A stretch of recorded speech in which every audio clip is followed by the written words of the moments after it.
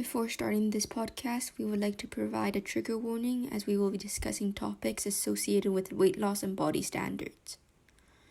If you are or have struggled with disordered eating, feel free to skip this podcast if you feel that listening will not be conducive to your healing journey. And with that, please enjoy our podcast. So I think that over the years, we've seen the ideal body type and we've seen how beauty standards have changed over the years. And in this podcast, we kind of want to discuss this changing body standards and kind of the factors which influenced it. So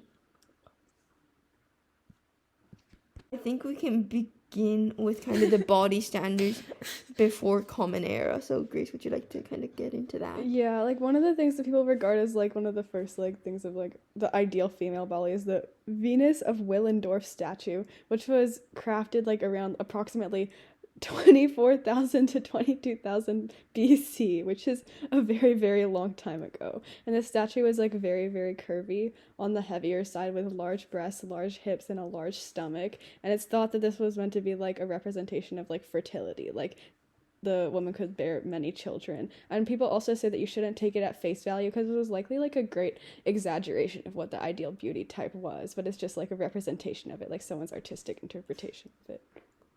Yeah. Do you want to move on to the next? Greece? Yeah, well, ancient Greece also was a very, very long time ago, BC. And in ancient Greece, the body standard was to be a little bit on the plumper side, to have some fat on you, because many were very, very poor. To have extra fat showed that you could eat as much as you wanted, and it was a sign of privilege. Yeah, but also that having this extra fat on you also meant that you were probably healthier. And I think this kind of it kind of goes to show how our current body standards are so different from those nowadays, where the body standards in the early 2000s were to starve yourself to the point where it was unhealthy, whereas a really long time ago having enough to eat and being able to sustain your body so that you can bear children was the ideal. And I think it just goes to show how much our body standards have changed. And I don't really remember if it was the 70s or the 80s, but what was on trend, it was called heroin chic, which is basically saying as if you were on heroin, you're so skinny that you have no body fat, and that's what was in style. Mm-hmm. I think it's also really interesting, back in these, ancient societies where it was, harder to get food, and, food was more scarce, you really did not want to be skinny because that showed that you were, starving. In the, societies that we have now, in Western society, where, most people don't have problem getting food to eat, it's there where these eating disorders are most prevalent. In more developing countries or countries where, you're not necessarily, bombarded with, food at all times, or, you don't have, an overabundance of resources, eating disorders are much, much less common. Yeah. So do you want to kind of go back to the earlier body standards and kind of see where this change occurred? So what were the body standards like? So in the 1950s, one of the most prevalent models in the media was Marilyn Monroe, and she was much what Grace described as, what was her name, Venus, the statue. Mm-hmm. So yeah. she was had wider hips, she had pretty big breasts, and she had a stomach. And then it wasn't until mid 1960s when supermodels, as an example, Twiggy was very much in the media, and she was quite small, so slender bodies became more of a trend, and there was a decrease in body weight and hip size, waist size, bust size, and all women tried to lose the weight. And just from then until now, it's kind of just decreased, or even in that from 1960s to 1990s, it was people just kept on trying to lose weight, and it became much more of a trend in women society, and these were clinically underweight levels that these women were trying to achieve. Yeah. So now in present day, I think we're trying to move a bit further away from the beauty standards that were present in the early 2000s of these like supermodel era, and we're moving much more towards kind of the body positivity movement, where body types of all shapes are considered beautiful and things like that. But I also think that like maybe not so much like right now, but in recent years, like having like a big butt has been very popular, or being like curvy has been very popular again, thanks to like Kim Kardashian, who we discussed in our last episode. Or also just having bodies that look unnatural, so people are just very impressed by you, like the Kim Kardashian body. Like it's very unachievable. Well, because it's plastic surgery. Exactly. It's like, it's so unachievable that people are impressed by it, because they're like, I mean, for people who don't believe that she has plastic surgery, or just believe that like she gets a lot of it from the workouts and the diet she does, people are impressed by how she achieves it, and therefore like her body's idolized. Yeah. But I definitely see on TikTok or on Instagram that people of all people are trying to celebrate bodies of all types. Yeah. But even this movement has garnered quite a bit of controversy, where like we see that some people aren't really in favor of this and are actually criticizing the movement. So I think that this whole thing has created quite a bit of debate. Yeah. And I'd like to ask, like, what are your opinions on it, and what do you think about the movement? Like, would you say that the pros outweigh the cons, or are there any cons? What cons are there to having a body positivity movement? Like, can you Some think of people any? are saying that it's just promoting unhealthy body types, and people are using it as an excuse to remain complacent, which I think people have very like bad views of like what is healthy and what isn't healthy, and about like how much like control you actually have over like your own body, and like what different factors like lead people to have different body types. Yeah. And how like healthy does not look the same on everyone. And having different body types is like completely like that's how it works, and people don't understand that healthy can look different on different bodies. Or just additionally, like people don't understand that everyone's in a different situation, and Exactly. like you can't just judge someone based off their weight. There's so much else at play that you have no idea. Yeah, and I think that like, what even is the point? Like, scrolling on TikTok, I come across videos where in the comments people are criticizing the person's body, and I just don't understand like what good is that doing to you. Like, I kind of think about like what that person is going through in their lives to feel the need to like put down others who are confident in their body. I think it's often that like if people are really insecure about their own body, they're more likely to comment on other people's bodies, and they're more likely to comment negative comments, or because it makes them like feel better about their own body if they like bring down others who like seem happy in their own skin but like don't have the body type that like these people commenting are talking about. Like people like, I don't know, they're not comfortable in their own skin, and they're really insecure about their body, and so they see people being happy about their body and what they consider to not be an ideal body, and they're maybe jealous of it in a way. Yeah. I was also thinking about another thing, about like the portrayal of different body types in movies. And as we saw, like when Disney movies were first coming out, Disney princesses all had kind of similar body types with like a really skinny waist and all those things, whereas now I think we are moving towards having a greater variety of body types. However, have you noticed that usually the friend who's on the bigger side is usually like the comic relief? No, I feel like there's like that's very much a stereotype that like comedy leans into, like comedic TV shows. There's always like that like supportive friend who's like on the bigger side, but they don't ever have like a main role. Like they're just there to like fulfill a stereotype. Yeah, I think that like that's kind of what we talked about in the podcast earlier, where people are leaning in towards these trends, and they're really using this as just like a way to check something off the box, like to seem inclusive. I think that's kind of where this gets bad, like where it's body positivity or body inclusivity kind of masked towards just like being able to cater to the public's wants.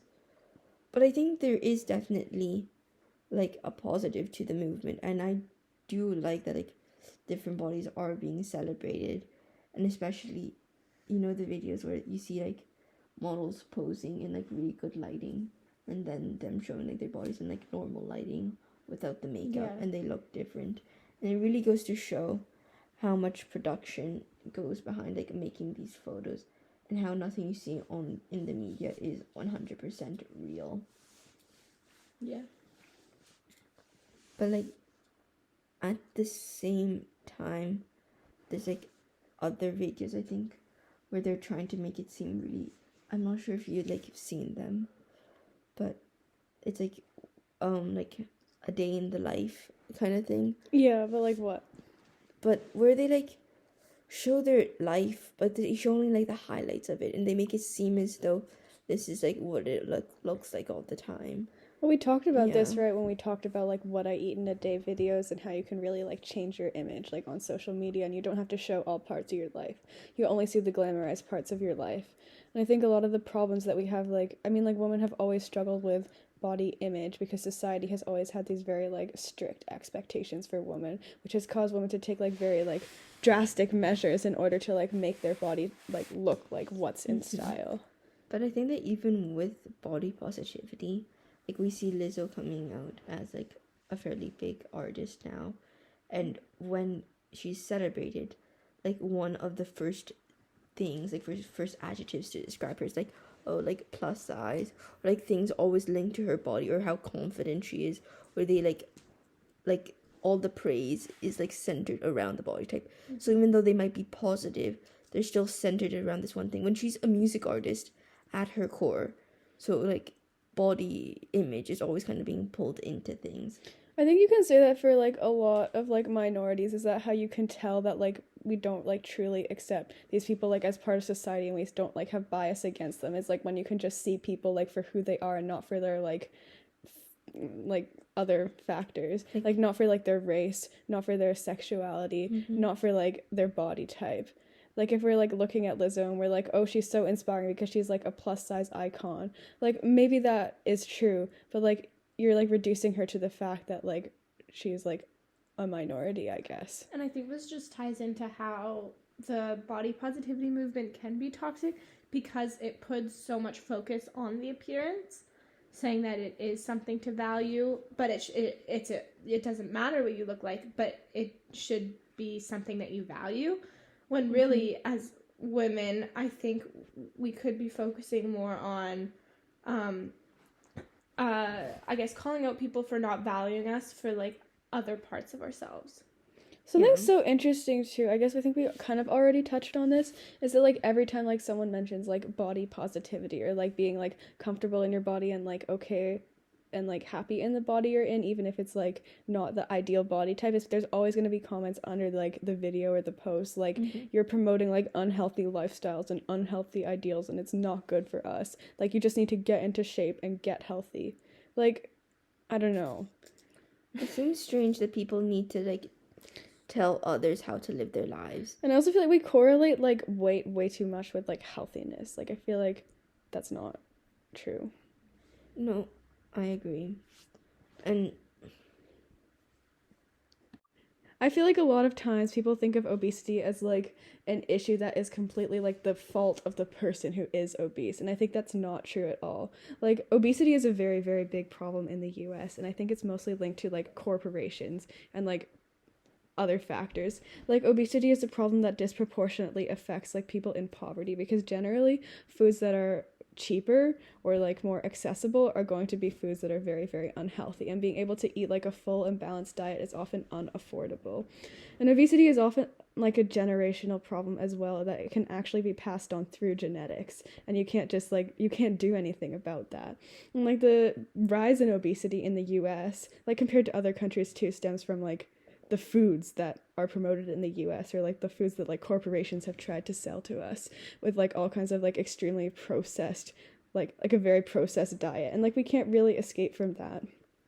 And like it's very hard to like as an individual like try and like lose the weight that needed to like become like not obese, I guess. Like it is like, I guess, like it's not really like a personal responsibility, like it's like a societal problem. And you can see that like the US has tried to run so many like anti-obesity campaigns too, like eat less, move more, and it hasn't done anything at all. Like I think it's a very, very systemic issue. Yeah, but I think I don't know where I saw this, but I saw that like in Japan, the employer is responsible for the employee's health. So there's a thing where the employer will assure that the employee is like not overweight. And it's kind of, though it might seem good from an outsider's perspective, like, oh, the employee cares about the person he hires or they hire, but it kind of feeds back into the system where in Japan, yes, they do have really low obesity numbers, but I think that the like number of the amount of eating disorders in that country is like quite a bit higher. I also think that like the problem of like less obesity in Japan compared to say the US has to do with like the diet, like the cultural diet of Japan. Yeah. And I was looking at like statistics too that like I think in China obesity rates have been going up because like more like westernized foods have been introduced and then people start eating them and they get ingrained into the culture and then they cause like obesity. Like it's not like an individual like kind of thing. Like you don't individually have very much control over this. It's like a societal thing. Yeah. And kind of another thing to talk about is how really you do pass down like eating habits to your children, I think. And a lot about like the way that like children view food or the way that people just like consume food is passed down by your parents. So if your parents had kind of unhealthy ways of eating or just never taught you how to like what food was healthy, it's really hard to learn that for yourself. Do you think because of that there should be more? I mean, they have like in Canada the food guide that they talk about, but I also don't know how accurate that is, and it's also not really advertised. Should there be more information for youth on healthy eating? I think the most of the information we have on nutrition right now is like not correct. And I think that like we've been given so many like conflicting like opinions on like what's healthy and what's not healthy. And it's because a lot of the things that have been promoted as unhealthy or promoted as healthy are like backed by corporations and backed by like the idea that they want to make money. Like the US, like I think it's like the US like heart health like organization or something said that like fat was like really, really bad for you, and they like made a smear campaign against fat essentially in order to like benefit corporations that wanted to sell low fat items. But now it's coming out that like fat is actually not bad for you. Like it does not make you fat. It's an important nutrient and we're like not getting it because we're promoting all these low fat products. That's just one example of like how corporations like have altered our diet and like try to tell us what we should eat and what we shouldn't eat. But I think that like another thing that is villainized is processed foods. And though I agree that like processed foods are bad, in a sense all foods we eat are processed in some way. This whole like villainizing processed foods, like this whole thing, as Grace said, it is coming from corporations or by like different companies who are trying to promote different fad diets with this whole like keto trend. And now there's so much food oriented towards this type of lifestyle. But I think that, so I lived in Austria for 2 years, and during that time, like the food was like, it was like cafeteria food, but you pay for it like with like when you pay for the school, you pay for the food that they provide. And the food there is so much better. I'm not sure if this was because I was younger. I don't remember as well. But I remember the food being so much healthier, I think. And just like actually whole foods that seemed like they were cooked there and not like pre-frozen and then like warmed up at the school. And it just seems like perhaps like North America just has this different culture of food. It definitely does. And like with Europe, like, you know, the whole Mediterranean diet where you eat like whole foods. I think that is sometimes you eat foods that like Americans would consider to be like unhealthy because they're very like rich, but they end up being good for you. Yeah. But I think this whole classification of like bad versus good food is kind of what leads to like eating disorders and like poor like understanding foods. Like this whole like classification of foods as in like good or bad. Like food is like, why are we deciding what's good or bad? And Also, I wanted to say, because I know Caitlin mentioned Canada's food guide earlier, and they've like, when we were in elementary school, we learnt about the food guide, and it was like very, very specific, and it had servings for each for each like food category, and for each age group. That's been scrapped, and it's very, very simple now. It's like one page. Like they say there's only like 3 food groups, and they just say to make sure you have like a colorful plate. No, they make sure you have like some of each on your plate. Like it should be like half this, 1/4 this, 1/4 this, like estimate. And there's no specific amounts, and they're not very specific about the categories anymore. I think it's because they realized that their food guide was doing more harm than good, and it wasn't necessarily like the most up to date and like accurate information. I also think it's not the easiest thing to follow, because not many people are gonna have a meal that like just like an ingredient on their plate that is just solely grains, and then another one that's just solely protein. Because a lot of meals, like as an example, like a hamburger or like lasagna, like it's all mixed together. So it's not the easiest to follow if you're trying to make recipes at home. So I think they gotta figure out a way to make it more like homemade food friendly, if that makes sense. But I think another thing to consider is that everybody's food needs are different, like depending on what you do in your day-to-day life. Like nobody's food needs are going to be the same, and that's why I think a food guide is kind of, in essence, like not that good of an idea of telling people like what they need to eat. Because I think that like the best diet, like not diet as in like diet to lose food, but just like the diet, like the food that you eat from day to day, is one that you can sustain and one that you actually enjoy eating, rather than putting yourself through something that you don't enjoy. Because like at the end of the day, food, I think, is like a good thing, right? Like people bond over the making of food, people bond over like dinners and things like that, and it should be an enjoyable experience. And making it so confusing or creating these like restrictive mindsets where certain foods are better than others is just so damaging to something that is like meant to be good. Yeah, I agree. That wraps up our podcast. We hope these conversations gave you new insight on the topic of body image, and that you have learned a bit more about how body standards have changed throughout history. Stay tuned for our next podcast, and if you have any questions or comments, feel free to contact us via Instagram at amen.podcast. Thanks for listening.